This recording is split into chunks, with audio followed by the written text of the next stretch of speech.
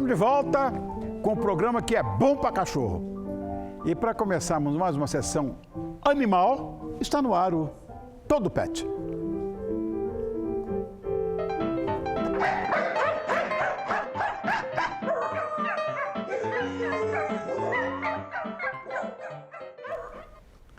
Todos nós que temos um bichinho de estimação, adoramos deixá-lo sempre bem cuidado, com a saúde em dia, porque afinal não tem que aguente, né, ver os bichinhos cabisbaixos, incomodados, não sabem falar, então por algo que muitas vezes a gente não sabe o que é.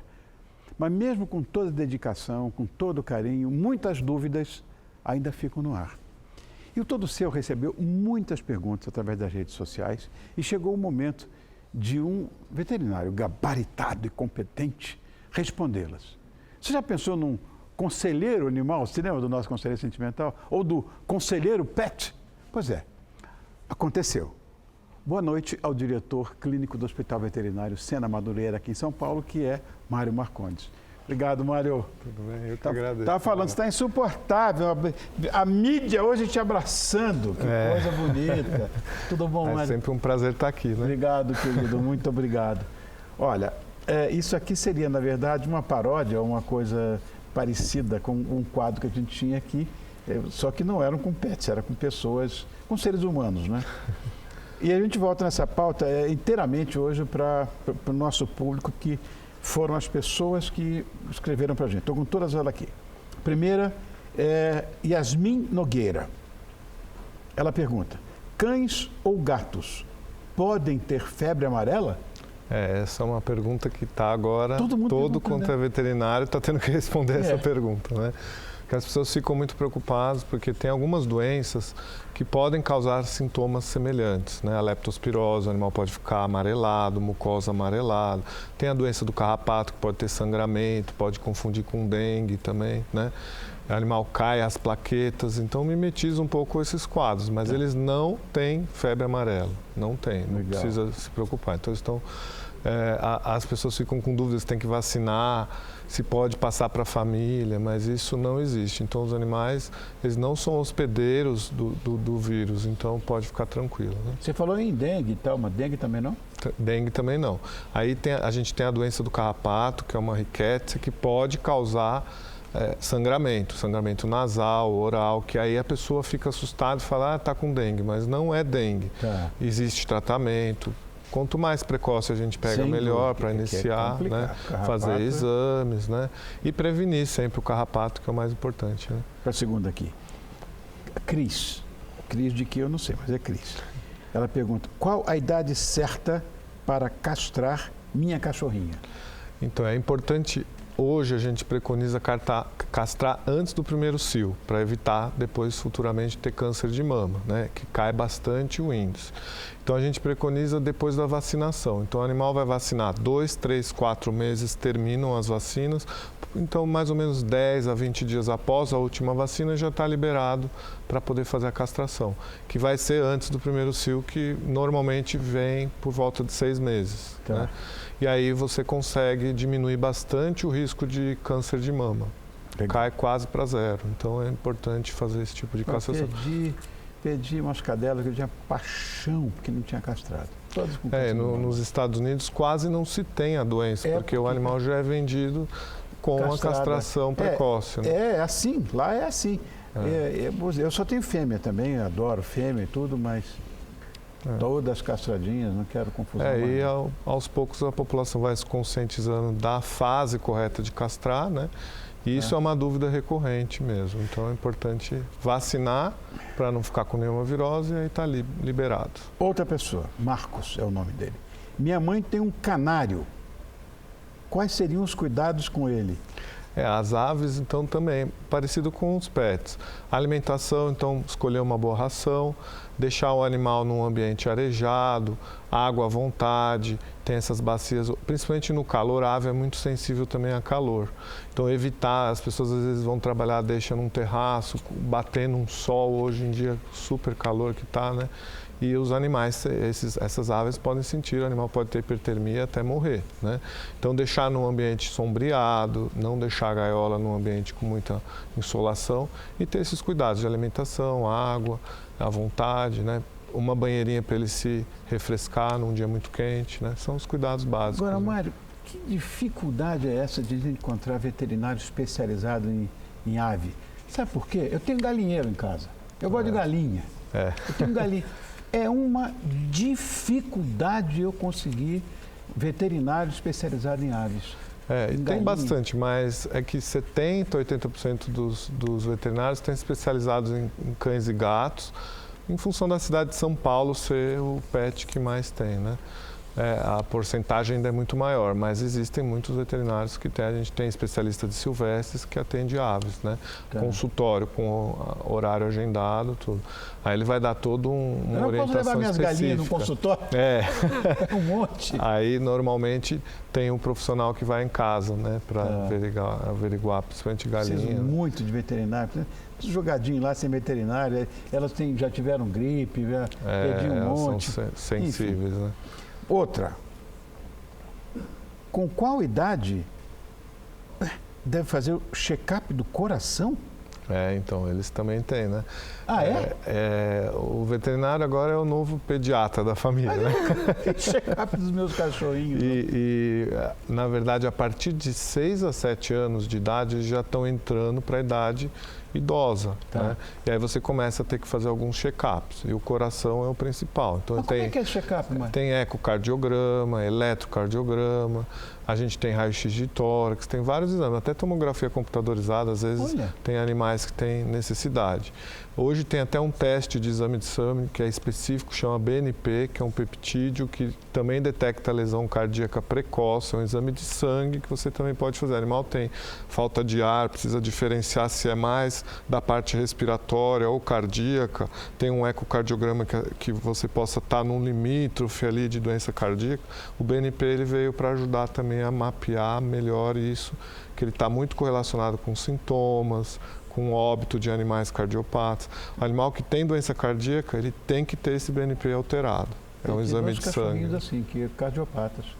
E aí, por volta de 6 a 7 anos, que normalmente se faz os check-ups. Aí, se detectou algum probleminha, aí o veterinário vai pedir se vai ser repetido anualmente ou daqui 6 meses, depende das alterações, né? Bom, essa outra pergunta. Mário, essa dúvida vem da Flávia. Eu não sei, acho que eu conheço essa Flávia. Acho que eu conheço. Com o passar dos anos, os animais vão ter dificuldades para se alimentar e para fazer sua higiene. E no caso de gatos? Eles começam a ficar um pouco menos ativos, né? Agora, se ele tem muita dificuldade para ter higiene ou se alimentar, precisa fazer também um check-up. Gato é a mesma coisa, 6 a 7 anos. Então, fazer um exame de sangue para ver função renal, hepática. Com a idade, eles podem envelhecer certos órgãos e começam a ter sintomas que a gente chama de sintomas inespecíficos. Começa com apetite, pode ter emagrecimento. Então, é muito importante nessa idade fazer esses check-ups, porque isso vai fazer com que a gente detecte a doença específica e comece a prevenção, né? Muitas são através de alimentação, com rações especiais. Então, tem muita coisa para fazer precocemente. E sinais inespecíficos de doenças, podem ser várias doenças da velhice, né? Então, o check-up ele traz esse benefício, né? Agora, Maria Paula, eu acho que até o caso dela é bem curioso. Por que a barriga do cachorro fica fazendo barulho e ele perde o apetite? Então, esses barulhos, às vezes, pode ser início de uma diarreia, que o animal vai ter um quadro gastrointestinal, que a gente fala. Então, existem exames também, ultrassom abdominal, para detectar de onde vêm esses gases. Normalmente tem gases ou líquidos, que depois vai virar uma diarreia ou algo assim, né? Para a gente ver se é do estômago, se é do intestino. Eles também podem fazer endoscopia, colonoscopia, depende da alteração que um ultrassom de triagem é feito. Aí você direciona para outros possíveis exames se necessário. Ok. Né? Agora, Maria, você tem que me ajudar aqui, a Jane, que está mandando. Veja só. Adotei uma Yorkshire linda, de 6 anos. E ela tem um estreitamento da traqueia. Quando dorme, faz um barulhão. Tem algo que eu posso fazer para amenizar isso? O Yorkshire tem muito colapso de traqueia, né? quase todos vão ter algum dia, né? Então, eles têm esse sintoma quando eles estão deitados, às vezes de ficar engasgado, ou quando estão agitados, ou quando tem um estresse, às vezes tomando banho, pode agitar e começa a ter tipo de um engasgo, que lembra uma tosse. Alguns chegam até a desmaiar, ficar com a língua roxeada, dependendo da intensidade que tenha o colapso, né? Existem medicações para fazer. O animal tem que perder peso também, porque a gordura ela se acumula no pescoço e aí predispõe a ter mais sintomas. Então tem que ver se ele é gordinho, tem que perder peso imediatamente, né? Porque vai diminuir sintomas. E tem algumas medicações como broncodilatador, alguns casos tem que fazer uso de corticoide por algum tempo, né? E tem medicações supressoras desse engasgo também, que você consegue fazer com que o animal tenha menos sintoma e possa ter uma noite melhor. A noite bem dormida interfere na qualidade de vida do animal. Então, se o animalzinho também não está dormindo bem ao longo da noite, ele não vai ter qualidade de vida. Então, as medicações entram para melhorar isso, né? Ok, tem outro aqui. Mário, falando dos gatos mais velhinhos, o que observar quando eles atingem uma certa idade? O gato, por exemplo, que nos pergunta aqui é Eliane. Está com 17 anos. 17 anos, né? Existe gato com 17 anos? Tem muitos gatos, agora mais de 20 anos às vezes a gente pega, né? Eles têm vivido bastante, isso é também em função de rações, os cuidados, vacinação, cuidados com castração, enfim. Os donos estão mais conscientes e eles estão envelhecendo com qualidade de vida, que esse é o objetivo, né? E observar, então, esses sinais, sintomas e sinais que o animal pode apresentar alguma doença. Então, se está se alimentando bem ou não, como o animalzinho não fala, é importante o dono observar esses sintomas, né? Se está emagrecendo, se está perdendo peso, se dorme bem à noite ou não, se está com a respiração adequada, né? Nós fizemos um trabalho junto com o INCOR, no nosso hospital, onde a gente testou vários exames de imagem, testes de exames de sangue e também testamos um questionário do dono avaliando esses sinais e sintomas em casa. O questionário que deu um score para nós, ele foi mais diagnóstico que muitos testes de exames corriqueiros de tamanho é a intimidade do dono com esse animal. Que interessante, né? Isso. Então ele teve correlação com prognóstico, óbito, porque era um score de toda uma qualidade de vida que o animal, que o dono foi mapeado. Né? E esse teste de BNP, que é um marcador cardíaco super importante que se usa na medicina, ele deu o mesmo poder diagnóstico do questionário do dono. Então, para ver a importância que é o dono observar o seu animalzinho. Né? Então, detectar esses sinais, esses sintomas, sempre precocemente, faz com que o veterinário possa agir antes, né? Pedindo alguns exames e tudo. Né? Vamos para essa aqui, então. Tenho uma labradora de 12 anos. Ela come ração light e banana desde pequena. Isso é suficiente para a idade dela? Banana? Só que assim, a partir de 6 a 7 anos, eles já são considerados idosos, né? Como ela come essa ração light desde de jovem, o ideal é verificar o peso. Se ela tiver com um peso ideal ali, é passar por uma ração sênior. Que a ração sênior, no lugar da light, ela vai ter algumas propriedades para o animal idoso. Tem menos proteína para sobrecarregar menos o rim, que aí o animal pode vir a ter doença renal, já vai prevenindo alguns problemas. Né? Você tem alguns antioxidantes para agir em envelhecimento, tem alguns animais que podem ter problemas articulares e já tem alguns antioxidantes ligados a isso, também ajuda. Né? Caloria tem menos, porque eles são menos ativos. Né? Então, você precisa dosar e verificar se não é a hora de entrar com uma ração própria para animal idoso e às vezes a caloria você controla pela quantidade da ração. Né? Doutor Mário Marcondes, muito obrigado mais uma vez por ter vindo. Eu que agradeço.